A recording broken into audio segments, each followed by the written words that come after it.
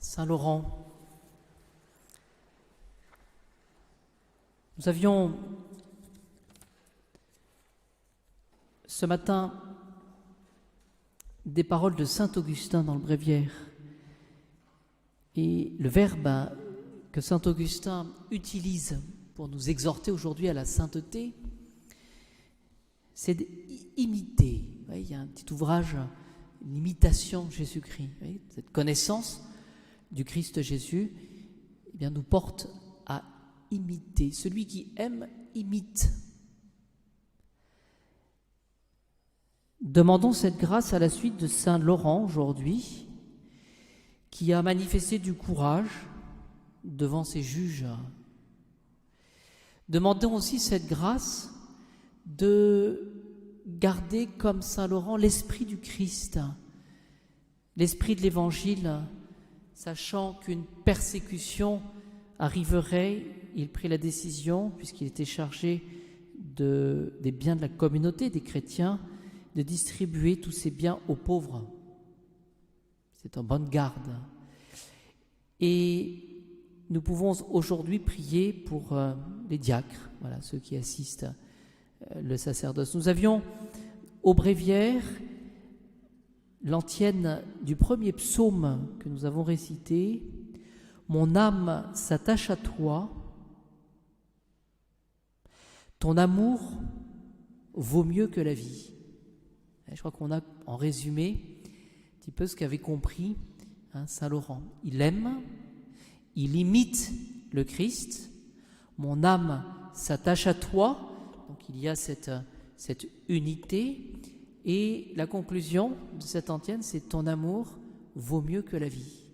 Et c'est précisément cela, le martyr, il a été demandé à saint Laurent, puisqu'il était chrétien, puisqu'il servait le Christ, il a été demandé à Laurent de faire le sacrifice de ce qu'il avait de plus cher, et tout cela par attachement à notre Seigneur Jésus-Christ. Il aurait pu mettre quelques grains d'encens, de sacrifier aux idoles, ou de dire tout simplement, il aurait pu se dire, on peut imaginer, voilà, pendant 5 minutes, je veux dire que je ne suis plus chrétien, comme ça j'ai la vie sauve, puis après je ferai beaucoup plus de prières. Non, il y a une logique, il y a un engagement qui doit nous faire réfléchir. Lorsque nous prions le matin, lorsque nous posons des actes qui sont bons, tout cela doit traduire finalement toutes nos dispositions d'âme, tout ce que nous sommes capables de faire. Il faut vraiment rechercher cette unité de vie. Nous avions aussi à la prière de l'autre cette prière d'intercession. Les martyrs ont donné leur vie pour Dieu. Et Jésus est le témoin fidèle de ces martyrs. Et comme lui-même a suivi la volonté de Dieu le Père.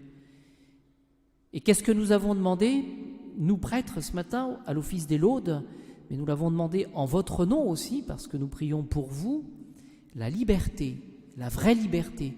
C'est-à-dire finalement la liberté de rester toujours dans cette ligne du baptême. C'est un engagement, c'est une alliance. Le baptême, nous engageons à renoncer au monde et à suivre le Christ. C'est être véritablement libre de passer par le martyre pour justement témoigner de notre foi jusqu'au bout. Finalement, le drame, quand on voit pour nous-mêmes, mais aussi pour ceux qui nous entourent, souvent, le drame, c'est qu'on lâche, et on lâche petit à petit. Ce que nous avons demandé aussi à côté de la liberté, c'est la force de la foi, parce qu'ils ont versé leur sang pour confesser le nom du Christ. Et puis, nous pouvons demander aussi au Seigneur, à côté de la force, c'est d'être fortifié dans l'épreuve. Parce qu'il faut comprendre que finalement, ces épreuves qui jalonnent et qui sont existantes dans nos existences, dans notre vie, toutes ces épreuves ont un sens, ont une signification. C'est-à-dire qu'elles permettent, finalement, il ne faut pas les rechercher pour elles-mêmes, ces épreuves, mais quand elles arrivent, c'est l'occasion d'être éprouvés, et d'éprouver notre fidélité.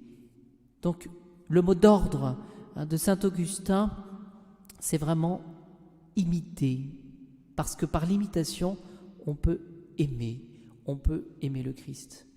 La conclusion, c'est que saint Laurent, comme diacre, dans l'Église de Rome, exerçait des fonctions de diacre, c'est-à-dire qu'il présentait au prêtre le vin qui allait devenir le sang de Jésus. Il présentait le pain qui allait devenir le corps de Jésus.